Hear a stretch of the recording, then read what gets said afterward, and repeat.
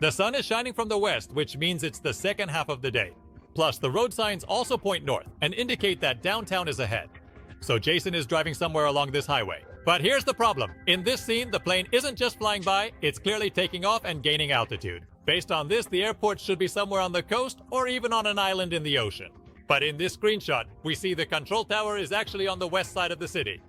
So everything checks out, and the airport really is there. Most likely, Rockstar just put this plane in for aesthetics. And in reality, it's not supposed to be flying here. We add it to the map, and Vice City is ready.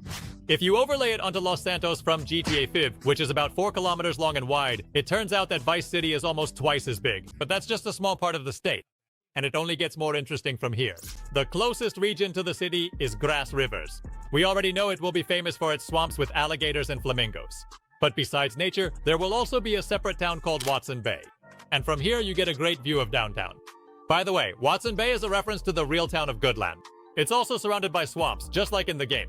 There's even a restaurant there that's almost identical to the one shown in the screenshot. But in real life, Goodland is located closer to the west coast, quite far from Miami. However, in GTA 6, it will be in the southwest, according to the screenshots. From the coast, Watson Bay in the game stretches about 500 meters and is just under a kilometer wide. Essentially, it's just a small town surrounded by swamps. But it's right next to it that a key plot point is located, the very prison where Lucia is being held. From this same shot, you can see the guard towers, and the pipes on the right are visible in the first trailer along with the prison itself. And this allows us to fairly accurately determine the distance between Grass Rivers and Vice City. The first thing I found out is that these smoking pipes are most likely from a thermal power plant, and they're located about 4 kilometers from the town of Watson Bay. This already suggests that the power plant is situated closer to the eastern coast, beyond the swamps, in yet another small town.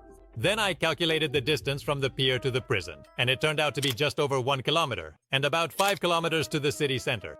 This means that the city and the power plant are roughly aligned with about 3.5 kilometers between them.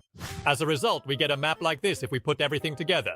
Of course, these are very rough sketches, but they are based on precise calculations. Obviously, there will be some small houses, roads, and other details appearing between the towns and even in the swamps.